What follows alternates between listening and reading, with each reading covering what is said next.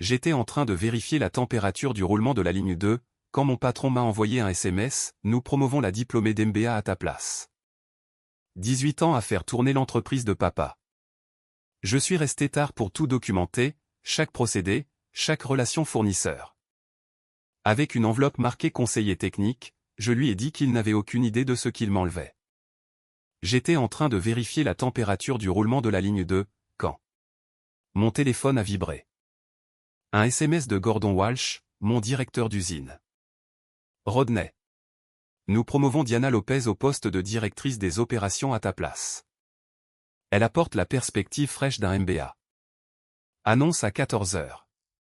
Pas de réunion, pas d'explication, juste un simple SMS, après 18 ans passés à faire tourner Pierce Manufacturing. L'entreprise que mon père avait construite de ses propres mains. Je m'appelle Rodney Pierce, j'ai 47 ans, et cet endroit a été toute ma vie, depuis que papa m'a confié les clés avant de disparaître. J'ai commencé ici juste après le lycée, et j'ai tout appris sur le terrain, en partant du bas. Papa disait toujours que le nom Pierce signifiait quelque chose dans cette industrie, un travail de qualité, des livraisons fiables, et le respect des gens. J'ai posé le téléphone sur mon porte-bloc de maintenance, puis je suis sorti dans l'atelier de production. Le bourdonnement du convoyeur semblait différent. Désormais, comme si l'équipement tournait au-delà des tolérances admises. Gordon se tenait près du contrôle qualité, un café à la main, en train de discuter avec Diana comme si elle venait tout juste de résoudre nos problèmes de rendement. Elle avait son MBA d'une grande école de commerce, et un sourire plein d'assurance, parfait pour les présentations en conseil d'administration. Ce qu'elle n'avait pas, en revanche, c'était la moindre compréhension du fonctionnement réel de nos opérations. Je la formais depuis 4 mois, lui montrant les calendriers de maintenance préventive que j'avais développés, les procédés Lean qui avait réduit nos déchets de 22% et fait chuter nos coûts d'exploitation de 15%. Sans oublier les relations fournisseurs que papa avait bâties, et que je maintenais avec soin depuis 18 ans. Elle prenait des notes détaillées, posait des questions intelligentes, et avait apparemment décidé que mon poste semblait plus attrayant que le sien. Lorsque je les ai rejoints, Gordon m'a tendu une enveloppe. « Merci d'avoir formé Diana. » a-t-il dit. « Elle s'est vraiment approprié ta philosophie opérationnelle. » Ma philosophie opérationnelle. C'est ainsi qu'ils appelaient l'héritage de papa. Désormais. J'ai ouvert l'enveloppe sous leurs yeux. À l'intérieur, se trouvait une évaluation des performances et une mutation latérale vers un poste de conseiller technique senior. Même salaire, mais autorité réduite, et un simple bureau haut. Lieu d'une vraie direction. Il voulait que je documente mes procédés, que je forme mon remplaçant, puis que je m'efface en silence. J'ai plié les papiers, et je les ai mis dans la poche de ma chemise. Quand cela prend-il effet? Lundi, a répondu Gordon. Diana a des projets d'efficacité très innovants prévus. Des projets d'efficacité utilisant la documentation de mes propres procédés, alors que j'avais passé 18 ans à affiner les protocoles de maintenance qui maintenaient nos temps d'arrêt sous la barre des 2%. Sans parler des accords fournisseurs, négociés en personne par mon père, et maintenus par moi grâce à des poignées de main et une régularité exemplaire. Ma femme, Hélène, comptait énormément sur cette promotion. Nous en parlions au dîner depuis des mois. L'augmentation de salaire aurait aidé à financer les études universitaires de Michel, et permis de rembourser enfin la maison plus tôt. Maintenant, je devais lui expliquer pourquoi 18 ans de dévouement à l'entreprise de papa n'était pas suffisant. Mais voici ce qu'il n'avait pas compris. Depuis 6 mois, j'avais des discussions discrètes avec Vincent Shaw, qui dirige Shaw Industries, à environ 30 km au nord. Ce qui avait commencé comme de simples réunions de fournisseurs s'était transformé en quelque chose de bien plus concret. Vincent appréciait la fiabilité à l'ancienne, bien plus que les théories d'optimisation sur PowerPoint. Cet après-midi-là, j'ai vidé mon bureau. 18 ans de documentation, de contact fournisseur, d'amélioration de procédés et de protocoles de dépannage sont partis dans des cartons. Non pas par amertume, mais parce que tout cela m'appartenait. Développé grâce à mon expérience, guidé par mon père, et affiné au fil des ans en résolvant de vrais problèmes. Rien de tout cela n'avait été formellement documenté dans les bases de données de l'entreprise. Les programmes de maintenance préventive que j'avais créés, mes notes personnelles basées sur l'observation des pannes et la détection des signaux d'alerte. Les relations fournisseurs qui nous garantissaient un service prioritaire et des remises sur volume, bâties sur le respect des promesses et la confiance. Les procédés de fabrication Lean, qui amélioraient nos indices d'efficacité. Développés par tâtonnement pendant près de 2 décennies. J'ai laissé des copies des procédures officielles, mais le vrai savoir-faire, l'expérience qui rendait ces procédures efficaces, est partie avec moi. Lundi matin, Diana s'est installée dans mon bureau, avec une plaque toute neuve à son nom, et un tableau blanc couvert de jargon de MBA, comme « optimisation synergique » ou « métrique d'efficacité axée sur les données ». Elle a convoqué une réunion générale pour présenter sa vision. Nous révolutionnons notre approche, a-t-elle annoncé. Rodney a établi des bases solides, mais il est temps de dépasser les méthodes traditionnelles et d'embrasser l'innovation. Les chefs d'équipe ont échangé des regards. Karl Martinez, qui travaillait à mes côtés depuis 14 ans, a simplement secoué la tête. Ces gars-là comprenaient la différence entre la théorie et la pratique. Dès le mercredi, les problèmes ont commencé à faire surface. La ligne 2 s'est arrêtée pour une maintenance programmée, mais la documentation que suivait Diana n'incluait pas les spécifications de couple de serrage particulières pour nos roulements. La procédure standard indiquait 50 pieds-livres, mais l'expérience m'avait appris qu'il fallait 47 pieds-livres pour notre installation spécifique, en raison des variations de température ambiante. Ils ont serré à 50. Le roulement a lâché en moins de 4 heures, entraînant un retard de production de 6 heures. Dans l'attente de pièces de rechange. Le jeudi a apporté son lot de problèmes avec les fournisseurs. Notre fournisseur principal, Richardson Material, devait discuter des calendriers de livraison. Diana a planifié une réunion formelle, avec présentation et contrat à l'appui. Ce qu'elle n'avait pas réalisé, c'est que Richardson se montrait flexible avec nous depuis des années grâce à des relations personnelles. Steve Richardson et moi, cela remontait à l'époque de mon père. Nous avions traversé des pénuries, des retards de paiement et des soucis de qualité, uniquement grâce à des accords verbaux. Steve m'a appelé directement. Rodney, qu'est-ce qui se passe chez vous? Cette nouvelle personne veut tout renégocier, elle dit qu'elle optimise les relations. Fournisseur. Je lui ai dit que je n'étais plus impliqué.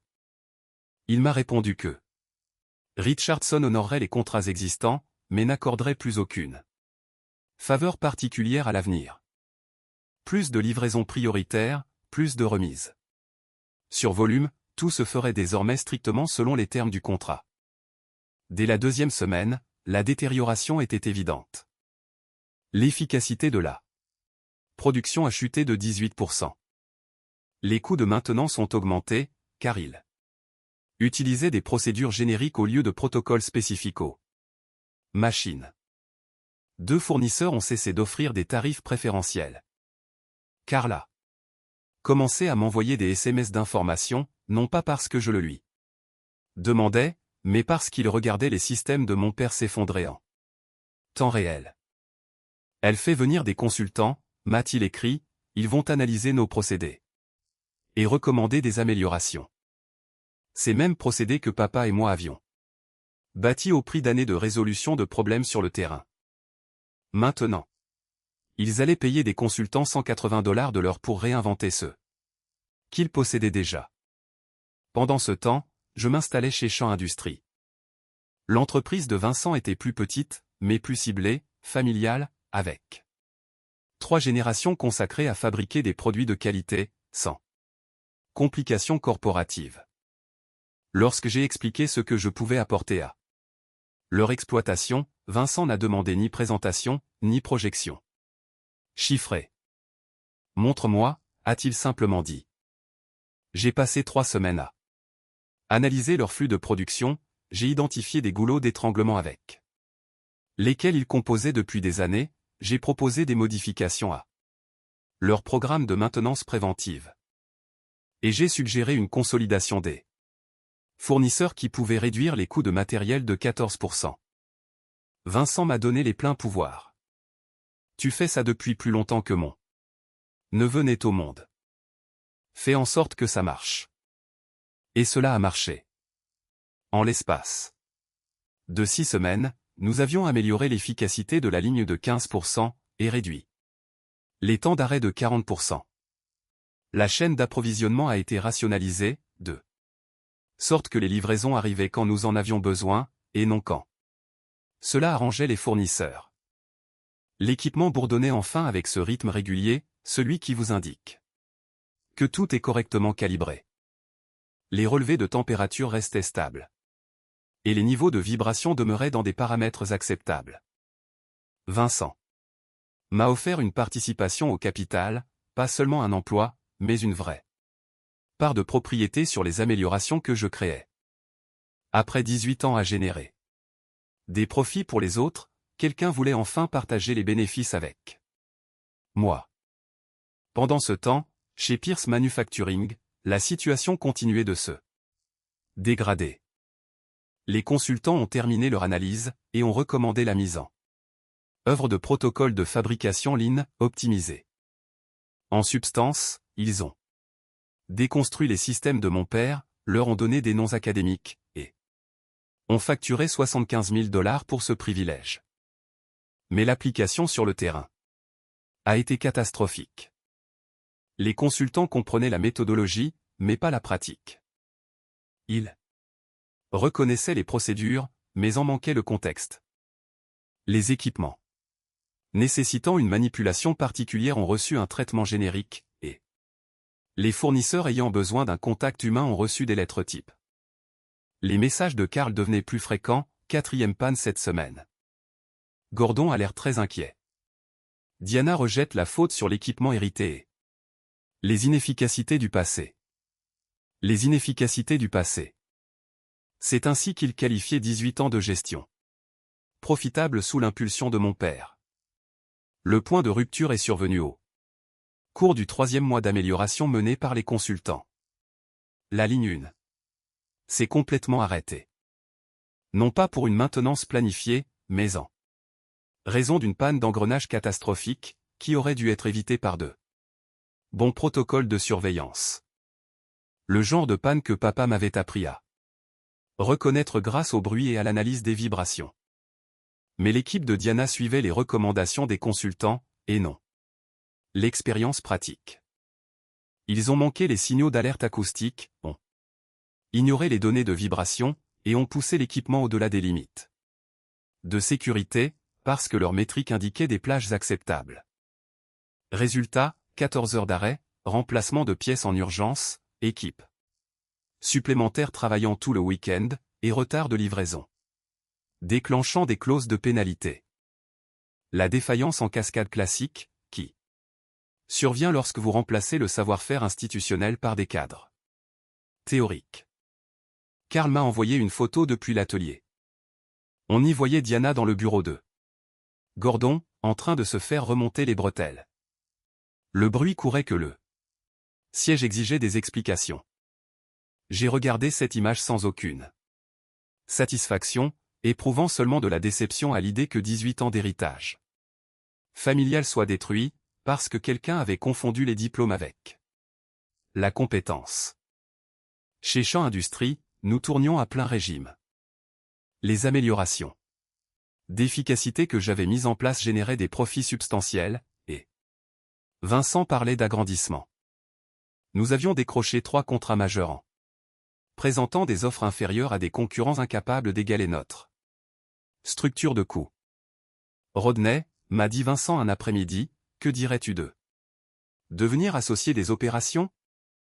Une autorité totale, une participation au capital, et la mise en place d'un partage des bénéfices pour les chefs d'équipe. Associé des opérations. Le poste exact qu'on m'avait refusé dans l'entreprise. De mon père, mais cette fois avec une vraie légitimité et une propriété partagée, dans un endroit qui valorisait les résultats plutôt que la politique. Hélène était ravie quand je le lui ai annoncé ce soir-là. L'augmentation de salaire était significative, mais la participation au capital était carrément transformative. Pour la première fois en 18 ans, mon expertise allait bâtir un patrimoine pour notre famille, au lieu de simplement générer des profits pour quelqu'un d'autre. Tu l'as mérité, a-t-elle dit. Après 18 ans à te laisser prendre pour acquis, ils vont enfin voir ce qu'ils ont perdu. L'ironie de la situation s'est encore accentuée. 8 mois après mon arrivée chez Shaw, nous avons commencé à rivaliser directement avec Pierce Manufacturing. Même clientèle, produits similaires, mais nous pouvions livrer plus vite et moins cher, parce que notre usine fonctionnait réellement. Nos calendriers de maintenance prévenaient les pannes au lieu d'y réagir. Nos relations fournisseurs nous garantissaient un traitement prioritaire et des remises. Nos procédés étaient affinés par la pratique, non par la théorie. Le premier contrat majeur que nous avons remporté était important, un fournisseur d'équipements industriels qui travaillait avec Pierce Manufacturing. Depuis des années. Lorsqu'ils ont lancé l'appel d'offres, Shaw s'est positionné 20% plus bas, avec de meilleurs délais de livraison. Karl m'a envoyé un SMS ce soir-là, j'ai appris que vous aviez décroché le compte Patterson. Gordon a convoqué une réunion de crise. Diana dit qu'il faut réévaluer notre position concurrentielle. Réévaluer leur position concurrentielle. Elle découvrait que la documentation d'un procédé, sans la compréhension qui va avec, n'est que de la paperasse coûteuse. D'autres contrats ont suivi. Notre structure efficace nous permettait de proposer des prix inférieurs à la bureaucratie lourde que j'avais laissée derrière moi. Les clients qui se souvenaient de ma fiabilité ont suivi le travail chez Shaw, et les fournisseurs qui appréciaient les affaires basées sur la confiance nous ont donné la priorité. Le fournisseur d'équipement qui avait changé de prestataire a appelé Vincent. Directement, votre associé des opérations, Rodney, travaillait chez notre ancien vendeur. Nous l'avons suivi ici parce qu'il tient réellement ses promesses, ce qui est rare de nos jours. Le mot se passe vite dans l'industrie. Les clients communiquent entre eux, et les fournisseurs comparent leur expérience. Quand vous avez bâti la confiance pendant des décennies, les gens s'en souviennent, et lorsque cette confiance quitte une entreprise, elle ne disparaît pas, elle déménage. En l'espace de 10 mois, Pierce Manufacturing s'est retrouvé en grande difficulté. Les pannes d'équipement étaient constantes, car il avait abandonné les protocoles de maintenance efficaces au profit des optimisations recommandées par les consultants. Les retards de production détruisaient les relations clients, et ils avaient déjà fait défiler 4 cabinets de conseil différents pour essayer de résoudre des problèmes que papa aurait évités d'un simple coup de fil. Le coup de grâce est survenu lorsque leur plus grand client, Morrison Industries, a résilié son contrat prématurément. Des problèmes de qualité, des retards de livraison et des soucis de communication avaient érodé une relation que mon père avait mis des années à construire. Le responsable des achats de Morrison m'a appelé le lendemain de la résiliation. Rodney, j'ai appris que tu étais chez Shaw désormais. Nous avons des besoins de fabrication à venir, es-tu intéressé pour répondre à l'appel d'offres? Tout simplement. Un contrat annuel de 2,8 millions de dollars est sorti du portefeuille de Pierce Manufacturing pour entrer dans le nôtre. Non pas parce que nous l'avions chassé, mais parce que la compétence a une réputation qui vous suit. Puis est arrivé l'appel que j'attendais. Le numéro de Gordon est apparu sur mon téléphone un vendredi matin, à 9h15. Rodney, nous devons discuter de quelque chose. Peux-tu venir aujourd'hui? pouvait entendre de la détresse sous son ton professionnel. Les problèmes de production se transformaient en pertes financières, les plaintes des clients devenaient des résiliations de contrats, et le siège exigeait des réponses que Gordon était incapable de fournir. J'ai 45 minutes à 15 heures, lui ai-je répondu. Quand je suis entré dans son bureau cet après-midi-là, Gordon semblait avoir pris 10 ans en 10 mois. Diana était là aussi, ordinateur portable ouvert, l'air défensif. Le tableau blanc derrière elle portait toujours ses mots-clés de MBA. Mais il ressemblait désormais à des preuves d'échec plutôt qu'à de l'innovation. Nous rencontrons des défis opérationnels, a commencé Gordon. Des difficultés de transition. Nous espérions que tu pourrais intervenir comme consultant sur des questions techniques. Des questions techniques? Il voulait m'embaucher comme prestataire pour réparer les problèmes créés en me remplaçant. Quel genre de questions? Techniques? Ai-je demandé. Diana a pris la parole, nous avons des soucis de fiabilité du matériel et des complications dans nos relations fournisseurs. Ton savoir-faire institutionnel pourrait nous aider à optimiser nos protocoles de dépannage. Savoir-faire institutionnel, complications dans les relations fournisseurs. Elle décrivait l'effondrement de tout ce que papa avait bâti, en utilisant le jargon d'une école de commerce pour éviter d'admettre ses erreurs. Vous voulez que je règle des problèmes que vous avez créés en vous débarrassant de moi? Ai-je dit. Gordon a bougé inconfortablement sur sa chaise. Ce n'est pas si simple, Rodney. Nous apprécions ton expertise, et nous sommes prêts à offrir des tarifs de conseil très compétitifs. Quel tarif? 140 $ de l'heure, à titre temporaire. J'ai failli sourire. Ils étaient prêts à me payer 140 $ de l'heure pour reconstruire des systèmes que j'avais maintenus pendant des années pour un salaire classique. Et une fois le travail fini, Diana recevrait le crédit d'avoir résolu ses défis opérationnels. J'apprécie l'offre, ai-je répondu, mais je ne suis pas disponible. Le visage de Gordon est devenu pâle. Rodney, sois raisonnable. Nous pouvons négocier les termes. Je suis très raisonnable, ai-je dit. Vous avez décidé que vous n'aviez pas besoin de mon expertise. Il s'avère que vous vous étiez trompé. Ce n'est plus mon problème. J'ai quitté cette réunion en sachant qu'ils étaient dans de beaux draps. Les pannes augmentaient, les coûts grimpaient, et la satisfaction client s'effondrait. Leur unique solution consistait à jeter l'argent des consultants par les fenêtres pour régler des soucis qui demandaient simplement de l'expérience. 4 semaines plus tard, Karl m'a envoyé un SMS avec la nouvelle qui bouclait la boucle. Diana a été renvoyée aujourd'hui, après la réunion du conseil ce matin. Gordon annonce son départ à la retraite anticipée le mois prochain. Le château de cartes s'était effondré, non pas parce que j'avais poussé dessus, mais parce que j'en avais retiré les fondations pour les emmener là où l'on estimait leur valeur. Chez Champ Industries, nous préparions une expansion majeure. Le succès que nous avions obtenu attirait l'attention d'un grand consortium industriel.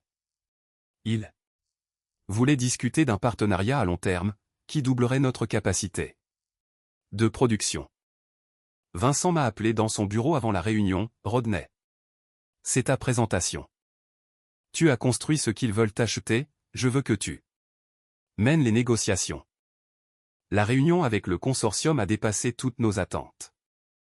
Ils avaient étudié nos améliorations d'efficacité, et parlé avec nos clients. Ce qui les impressionnait le plus n'était ni l'équipement, ni les locaux, mais la régularité opérationnelle. Vos métriques de fiabilité sont exceptionnelles, a déclaré leur négociateur en chef. 14 mois de livraison dans les temps, 0 réclamation qualité, et une structure de coûts imbattable. Comment maintenez-vous ce niveau de performance? Par l'expérience, lui ai-je répondu. Nous ne courons pas après les théories, nous résolvons les problèmes. Ils ont offert un partenariat de 4 ans d'une valeur de 15 millions de $ par an. Des volumes garantis, des prix premium, et des incitations au partage. Des profits en cas d'atteinte des objectifs. Le genre d'accord qui transforme. Une entreprise familiale en leader du secteur. Ce soir-là, Hélène et moi avons célébré cela au restaurant où nous avions eu notre premier rendez-vous, 23 ans plus tôt. La participation au capital que j'avais acquise chez Shaw valait désormais une somme importante. Les frais d'études de Michel étaient couverts, et le prêt de la maison allait être soldé sous 18 mois. Une sécurité financière que je n'avais jamais imaginé devenait soudainement réalité. Tu sais quelle est la meilleure partie? M'a dit Hélène. Ce n'est pas l'argent. C'est de te voir enfin respecté pour ce que tu fais, au lieu d'être pris pour acquis. Elle avait raison. Pendant 18 ans, j'avais été traité comme une charge financière plutôt que comme un actif précieux. Désormais, mon expertise générait de la richesse au lieu de simplement prévenir les soucis. 3 mois plus tard, j'ai reçu un appel qui a tout ramené au point de départ. Le fonds de placement privé qui avait racheté Pierce Manufacturing après sa faillite voulait me rencontrer. Ils avaient entendu parler de mes résultats chez Shaw, et cherchaient à m'embaucher pour redresser leur nouvelle acquisition en difficulté. Nous savons que vous avez bâti les systèmes d'origine, a dit leur représentant. Le site a du potentiel, mais il a besoin d'une direction expérimentée.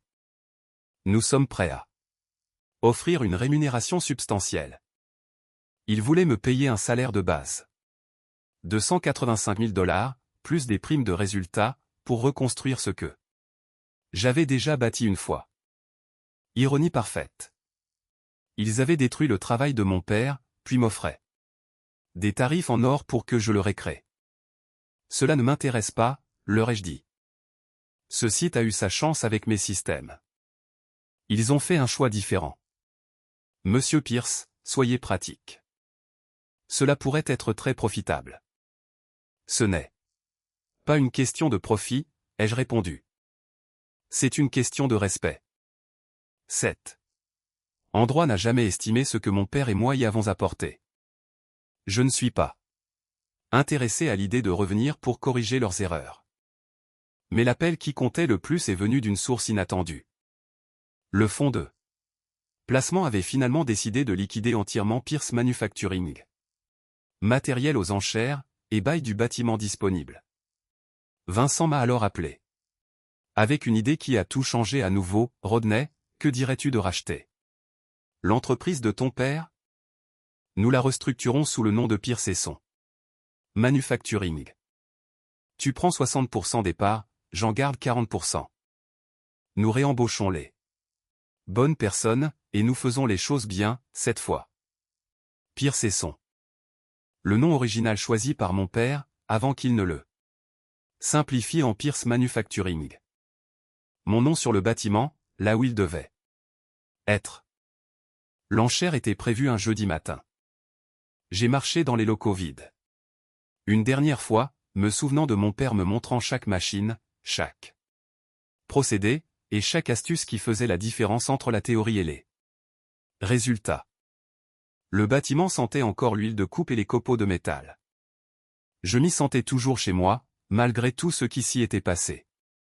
Nous avons tout racheté, le bâtiment, l'équipement, et même l'enseigne originale de Pierce Manufacturing qui était stockée. Carl a été la première personne que j'ai appelée. Nous relançons Pierce & Son. Es-tu intéressé pour reprendre ton poste de chef d'équipe? Il a ri si fort que j'ai dû éloigner le téléphone de mon oreille. Absolument, a-t-il dit. J'attends cet appel depuis le jour où tu es parti.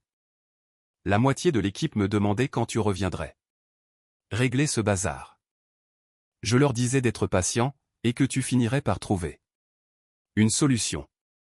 En l'espace de 2 semaines, l'équipe noyau était de nouveau réunie, Carl Martinez comme chef d'équipe, et Steve Richardson acceptant de nous rendre notre statut de client prioritaire chez Richardson Material. Même certains jeunes, qui avaient vu l'endroit s'effondrer, étaient impatients de revenir pour Apprendre comment la fabrication devait réellement fonctionner. Le premier mois a servi à reconstruire la confiance, non seulement avec les employés, mais aussi avec les clients qui avaient été échaudés par l'ancienne direction. J'ai passé des heures au téléphone avec des responsables d'achat, leur expliquant que Pierce & Son n'était plus la même structure qu'avant. Une propriété différente, une philosophie de gestion différente, mais la même fiabilité qu'au plus beau jour. Morrison Industries s'est montré sceptique au départ. Votre ancienne entreprise nous a planté sur 3 livraisons différentes, a dit leur responsable des achats. Cela nous a coûté des retards de production et des heures supplémentaires. Qu'est-ce qui change aujourd'hui? Le fait que je sois de retour, lui ai-je répondu. Le même type qui a géré votre compte pendant 12 ans. Sans jamais manquer une échéance. Les mêmes procédés qui fonctionnaient avant.